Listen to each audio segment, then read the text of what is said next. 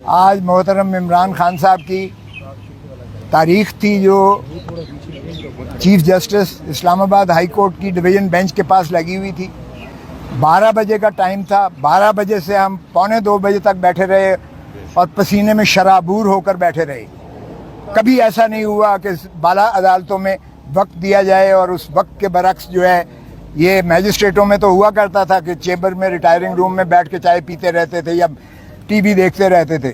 High کورٹوں میں کبھی ایسا نہیں ہوا تھا. میں نے شکایت بھی برملا کی, اگرچہ چیف جسٹس صاحب نے اس کی معذرت کی, لیکن میں نے کہا جی یہ کٹسیز ختم ہو گئی ہیں. ہم آپ کی عزت کرتے تھے, آپ کو ہمارا عزت بھی ملحوظ ہونی چاہیے. ہم پسینے سے شرابور ہو کر جو ہے یہاں 2 گھنٹے سے بیٹھے ہوئے ہیں اور آپ نے جو ہے ٹائم دے کے ابھی نہیں آئے. اور پھر میں نے ان کو بتایا کہ خان صاحب کے ساتھ یہ ایڈیشنل سیشن جج جیل میں جا گیا ہے انسپیکشن کرنے کے لیے, اور اس نے لکھا ہے کہ خان کے کمرے کے باہر جو ہے وہ لگا ہوا تھا کیمرہ لگا ہوا تھا, جو ان کو نہانے کی جگہ اور جو ان کو انخلاء کی جگہ تھی وہ کھلی تھی. یعنی شرمناک جو ہے, شرم آنی چاہیے ان کو کہ ایک کوئی بھی ہو, سابقہ وزیر اعظم ہو یا کوئی بھی پریزنر ہو, کیا اس کی آپ اس طرح سے پرائیویسی میں کیمرے نکال کے اس کو نہاتا دیکھیں یا وہ اپنا انخلاء کے لیے جائے اور آپ اس کی جو ہے اس طرح سے تصویریں کیمرے میں دیکھتے پھریں. یہ آج تک نہیں ہوتا دنیا میں, یہ ہو رہا ہے عمران خان کے ساتھ. اور پھر اس نے کہا کہ ایڈیشنل سیشن جج نے رپورٹ دی ہے جو میں نے آج پیش کی ہے اس عدالت میں, عدالت عالیہ میں, اور اس نے کہا ہے کہ انہوں نے مجھے شکایت کی تنگی کی ساری. اب اندازہ کیجئے گا حکومت اس کو بیٹر کلاس دے رہی ہے. جو سزا ہے وہ سمپل امپریزنمنٹ ہے, مشقتی سزا نہیں ہے, سادہ سمپل امپریزنمنٹ ہے جو سزا دی ہے. اور اوپر تو رہا یہ کہ اس کو بیٹر کلاس دی ہے اس لیے کہ وہ اسٹیٹس کے مطابق دیتے ہیں. وہ سابقہ وزیر اعظم ہے اور ایسی جگہ پہ اسے رکھا ہوا ہے اٹک جیل میں جو جانوروں لائق بھی نہیں ہے جہاں رکھا جائے. تو یہ جو ہے میں نے اس کو دی ہے, بتائی ہے اس کو. اور کل میں نے خان سے ملنا بھی ہے اس لیے کہ ان کی طرف سے ایک ریکویسٹ آئی تھی کہ آپ ضرور پلیز ملیے گا. تو میں نے آج ان کو بتایا ہے, جو چیف صاحب نے اجازت تو دی ہے. آج جب شروعات ہوئی بحث کی تو وہ وکیل صاحب آ گئے ایک مدعی کی, پتہ نہیں اس کے لیے کون انتظار کر رہا تھا.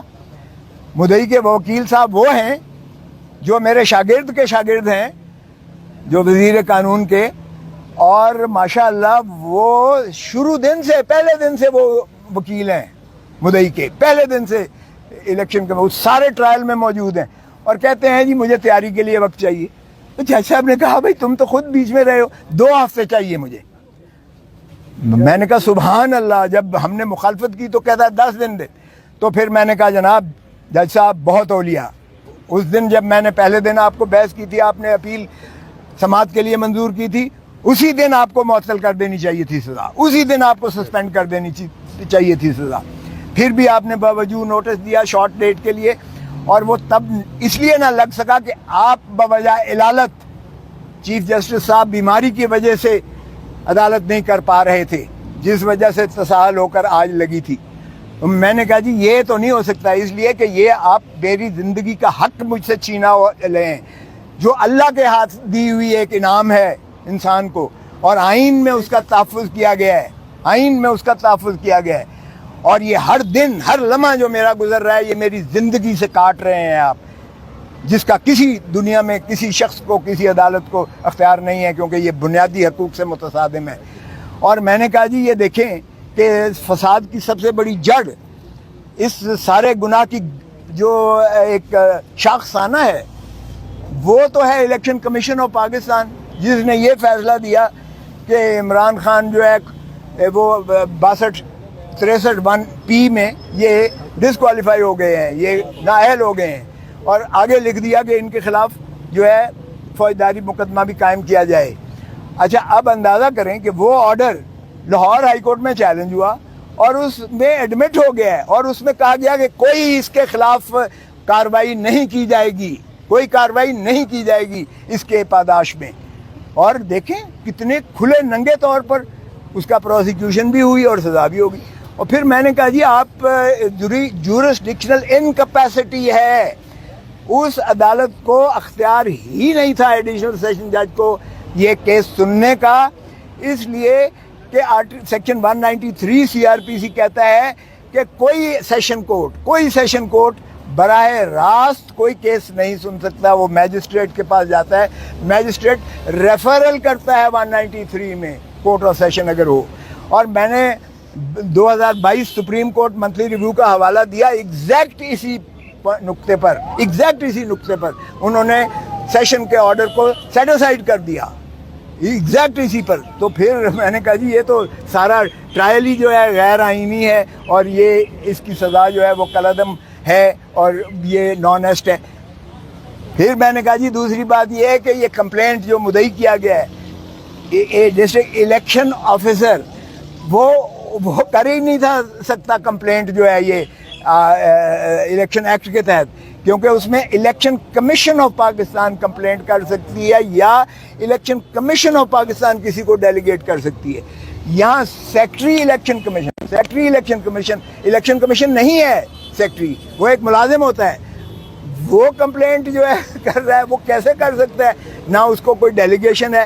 سیکٹری جو ہے وہ ڈسٹرکٹ الیکشن آفیسر کو دے رہا ہے اور ڈسٹرکٹ الیکشن آفیسر جو ہے کمپلینٹ کر رہا ہے. تو یہ کمپلینٹ ہی جو ہے انکمپیٹنٹ ہے, یہ ناقابل, یہ ایک ردی کا کاغذ کا ٹکڑا ہے جس پر کوئی کارروائی نہیں ہو سکتی تھی.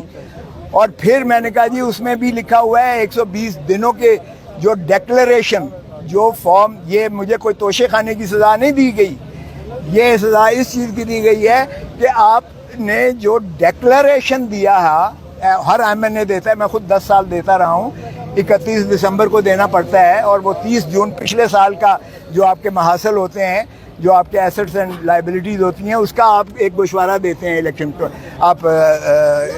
Commission of Pakistan. تو وہ الیکشن کمیشن آف پاکستان کے اس ڈیکلریشن سے 120 دنوں کے اندر جو ہے کمپلینٹ ہو سکتی ہے. یہاں تو کئی سالوں کے بعد کمپلینٹ ہو رہی ہے, تو یہ زائد المیعاد بھی ہے. تو میں نے کہا جی میرٹ کو بھول جائیں, میرٹ بھی اگر جائیں گے تو اس میں بھی میں نے ہر چیز ایکسپلین کی ہوئی ہے, ڈھیلے کی اس میں کوئی ایسی نہ تو خزانے کا معاملہ انوالو ہے.